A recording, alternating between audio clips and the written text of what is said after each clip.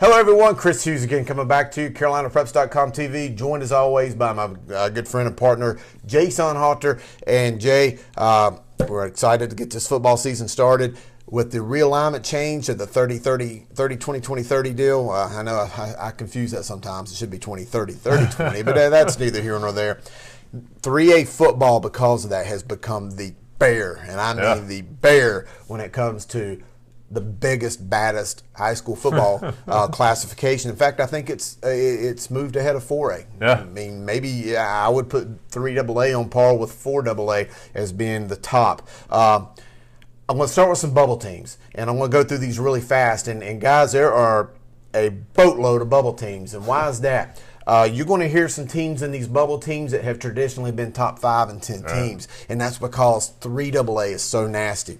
Teams like Eastern Alamance, Western Alamance, I mean, those are statewide names. Southern Nash, we've seen them over the years, Jay. Southern Durham, Westro Wynn, South Iredell. South Iredell is good. I mean, they're a real good team. Cleveland, Durham Hillside, T.C. Robertson, Alexander Central, Terry Sanford, Southwest Guilford, Parkland, Tuscola, Southeast Guilford, Asheboro, Southern Guilford, Concord. Imagine that, Concord, that far down on the list. Southern Lee, West Johnston, West Caldwell, West Brunswick. I give you those bubble teams to just kind of preface how tough and to just kind of show how good 3A is. In recent years, you could have said that's the top 15, top 10. Hey, right? we're done. Let's go. Yeah, With the broadcast. I mean, the talent in this classification is unbelievable. Yes. It's really, like you said at the start, it's rival with the 4A, and yes, it could be better. All right, so let's quickly go through the top 25. Again, the CarolinaPreps.com Dynamic Fitness and Strength Top 25 Power Rankings. Again, I've said it before, these are not a poll. No sports writers, no staff of mine did them. I did them myself. So if you get mad, there's a Twitter address right there. Call me, and it's fine. Number 25, down in Monroe, the Southern Carolina Conference is one of the toughest conferences in the 3A, Sun Valley High School. Really good team. Hunter Huss coming in at number 24 out of Gastonia. They've been terrorizing 2A teams last year.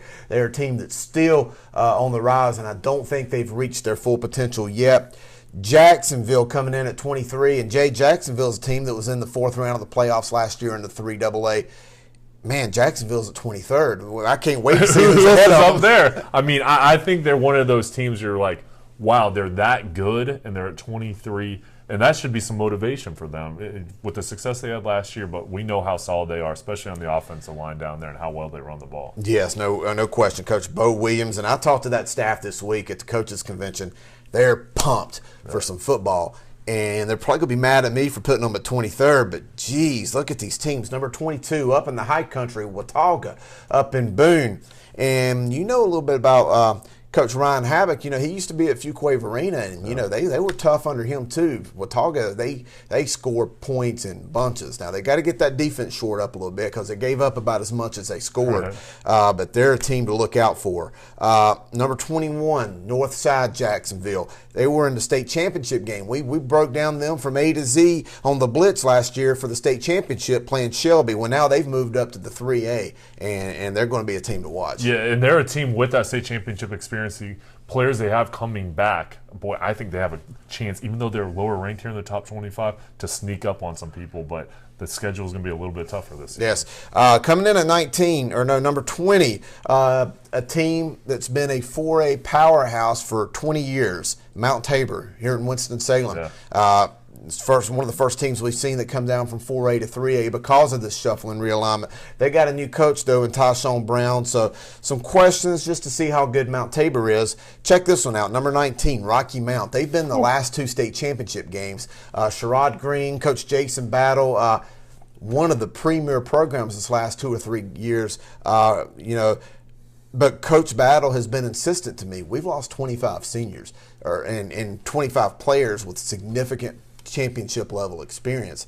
It's hard, that's going to be one of the question marks. They're going to be good, but with losing that kind of talent, just how good? Yeah, well, and those players that maybe weren't playing or weren't predominant roles last season, how quick can they develop? But it's a situation where you have so much success it goes down to the other guys, to the younger levels, and I expect them to have a big year because they know what it takes to succeed. Yes. Okay. Number 18. This is a team that used to be in the top 25. They've kind of taken a vacation last year, but I think they're back. Coming up there in Morganton High School, Morganton, North Carolina, Freedom High School. Jim Bob Bryant, we've heard that name a time or two, moves from Havelock all the way to the western part of the state to Freedom. I went and visited them during the spring football tour. They are one of the more chiseled-looking athletic teams. I mean, they got kids that are just fantastic. They look like 4A players. Yeah. It's going to be interesting to see. We know what he did at Havelock, what he can do up in the hills. Yeah, will it transfer over? And really in the spring, a great start to putting in the new program, but they're a team that I think is going to get better throughout the season, play their best ball towards the playoffs. I went there for the spring football tour, and they had what was called their draft, and they went through a player. Like they competed against each other in teams for points throughout the spring, and it was amazing. They had like an open combine where you could go watch the team, and they had 2,000 people show up for a practice. So that shows you the excitement level. That shows me two things. It shows support, enthusiasm from the fans, and then also competition from within the players. Absolutely. And that's huge to improve. Absolutely. Number 17, another team that we've talked about, and again, how can they be 17th? Crest High School, Shelby. Coach comes over from West Montgomery in Nick Edens comes over from West Montgomery to Crest. Going to implement a spread triple option. Crest has had one of the more dynamic teams and just being able to hit you in the mouth, but also with a lot of speed. They've put a ton of kids in major colleges and some NFL programs of recent years. Talk about tradition never graduating. That's one of the top tier teams. They're coming in at number 17. What do you think about them? Well, I think they have a chance to be really, really good. Now, a new system coming in, but I think those players, with the success they've had, they're losing some great players, one going to Clemson this year as a freshman, but I think they're a team that, even though they're lower ranked, they're going to sneak up on some people this year. Absolutely. Number 16, another team that you're very familiar with, Greenville Rose, J.H. Rose, one of those teams coming down from the 4A to the 3A. The coaches are really excited. In the 7-on-7 circuit I've seen, incredibly athletic, and they've got receivers galore. They can throw the ball, and they're going to throw the ball a lot, and I think they're going to score a ton of points. They're probably going to average 40, 48 a game if I had to guess, but I think they're a team that could move up further. Oh, yeah, Coach Wotecki has it rolling down in Greenville. They have a ton of wide receivers. They got skill positions all over as far as wide receivers, running backs, and their secondary, really good players and athletic team. For them, the biggest thing is just continually develop and really building that offense and defensive line, because they're going to score a lot of points, but how will that defense stop the run and also creating turnovers is the key. You mentioned Coach Wotecki. We want to give our thoughts to him. I seen him at the coaches convention on a scooter. He's had broke his leg or had some surgery or something. So I hope you get better, Coach. But that offense, Justin Allred, the offensive coordinator, young coach, he's going to be a big time head coach one day.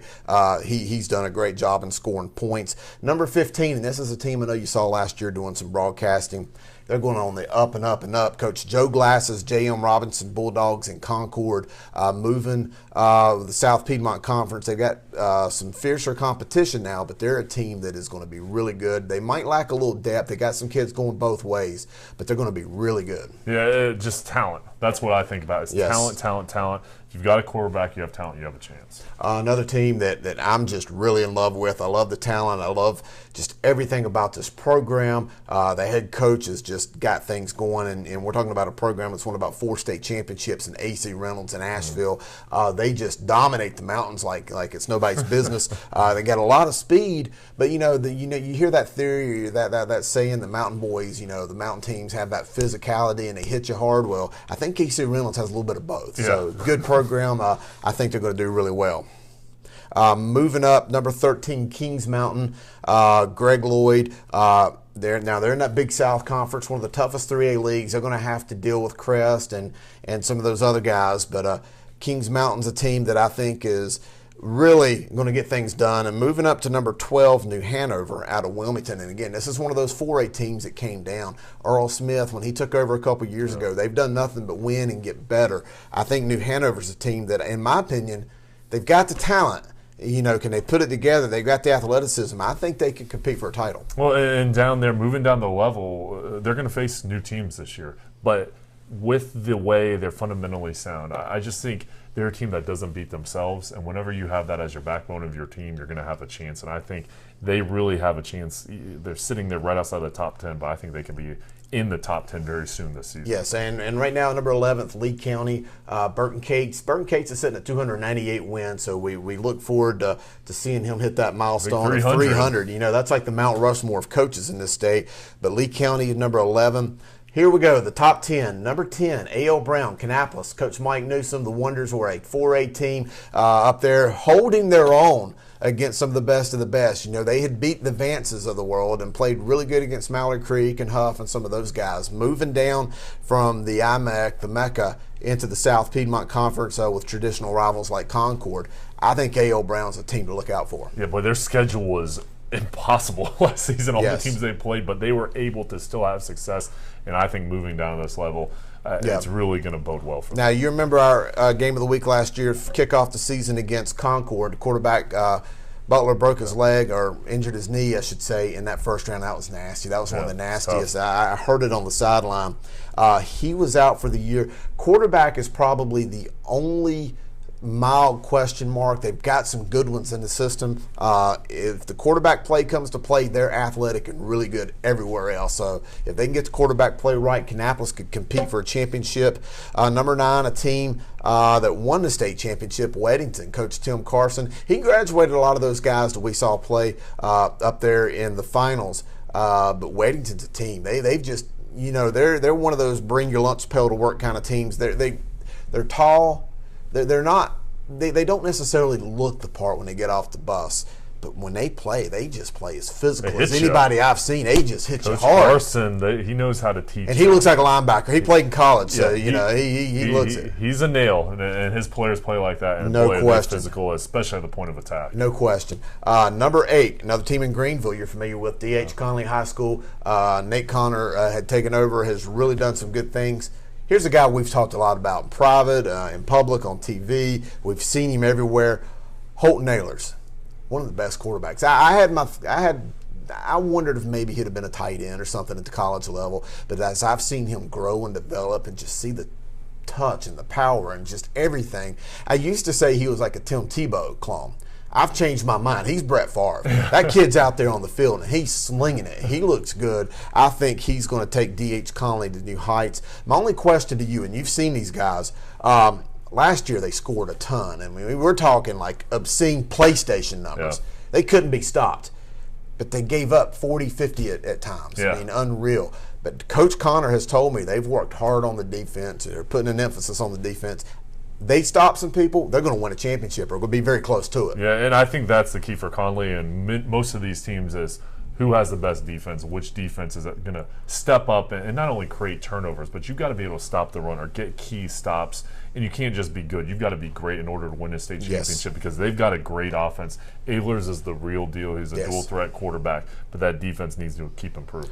Well, moving up to number 7, Monroe. Wow, we've been talking about Monroe in the 2A for years, but they were holding their own against the likes of Weddington and some of those guys in non-conference. In fact, they were beating them regularly. Yeah. Coach Johnny Sal's team, they have dominated 2A. I think they're going to dominate in that conference. I think they're going to be a player in the 3A. They've had 3A talent. I even say they've got 4A talent. Yeah. They just maybe lack numbers, but they've got the talent, and I think they get it done. Here's an interesting one. Havelock, new coach. Caleb King comes over from East Carteret now at Havelock, taking over from Jim Bob Bryant.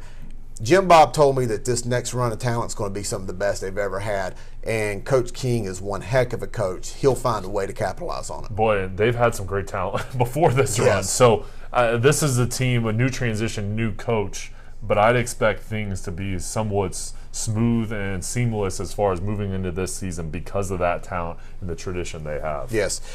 Here's a team that I like a ton, and I mean a ton, but I'm going to say this. I've not always been a fan of this team in the past. I loved the coaches. I loved everybody involved, but I thought the system, the little bit of a wing tee that they had run, a little bit different the way they did it.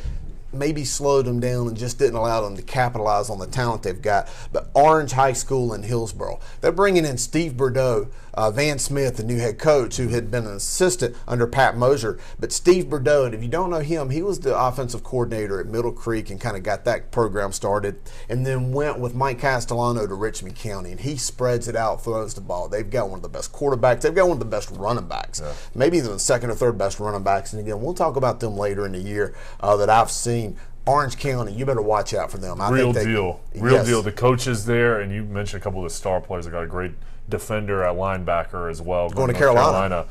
They're a team that's under the radar, but I expect big things. No, I told Coach Smith today, I was like, hey, you're not going to be under the radar anymore. I'm putting you up there. You're going to have to get it done, and I think they will. Number 4 team that was in the state championship game last year, Eastern Guilford. Coach Doug Robertson, he's talk about building a program in short order. Of course, he won a state championship at Reidsville, and that's like the football capital of North Carolina. But Eastern Guilford, they bring a lot of those cats back, and they were good. And watch out. Yeah, experience means so much, and when you can grow together as a group all the way through the levels of football like they have, they're a dangerous team. Number 3, Cape Fear, Fayetteville. Coach Jacob Thomas. You've got a lot of things coming back. A credible team last year. Of course, they lost to Dudley in the state 4A championship game. Velasquez, the quarterback, he's injured. He might miss the first 1 or 2 or maybe 3 games of the year. We'll talk about that when we preview their team in conference, so don't worry about that, guys. But Cape Fear, just looking at the team, very nasty. They could very well represent the East in the playoffs. Yeah, and I think once you get in this top 10, any of these teams, you kind of look at them very similar as far as how they're built, but they're a team that, with the talent they have coming back, the experience too, I kind of say the same thing. They're going to be very dangerous. For me, the biggest key for all these teams is A, defense, who has the best defense, and B, turnover ratio on offense. Well, who can protect the ball. Here's a team that don't turn the ball over and plays good defense. Number 2, Charlotte Catholic, coming down from 4A. We've seen them in countless number of state championship games. Of course, Jim Odo just built that program, and just, you want to talk about a team. They might not look the part, but their offensive line is the nasty boys. They get it done. Frank Garcia, of course, we know him from playing for the Carolina Panthers. He coaches those guys up like you wouldn't believe. And you want to talk about a team. They run the wing tee, but that just looks like machines. I mean, it looks like the military. It's a beautiful sight. Like the military, right face, block, that way. They just get there and go. And they've got just enough speed that when they bounce it outside of them holes, they're gone. And you want to talk about a good team. Charlotte Catholic, they're probably going to be small 3A because their numbers are way down in the 1,200 range.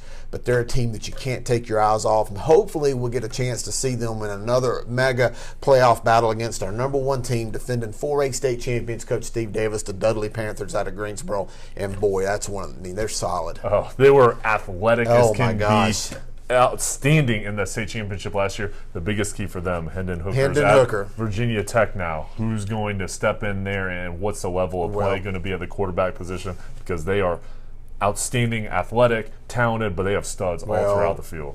Coach Davis tells me they've got a great quarterback battle going on. He said they're going to be good regardless of who gets the job. You don't replace Hooker, though. He's one of those once-in-a-generational kind of players. He'll probably be the best player to ever come from Dudley. Yeah. But, that just goes to show how good he was. But they're going to be nasty. Yeah, and they have that experience from last year, and they want to have that taste in their mouth again. Yes. But I was impressed by Coach Davis and that team, how well they played in all 3 phases of the game. Yep. All right, guys, that's the 3A Power Rankings, Dynamic Fitness and Strength. Check them out. Thank you for joining us here on the CarolinaPreps.com TV network. Jay Sonnhalter, I'm Chris Hughes. We'll catch you next time.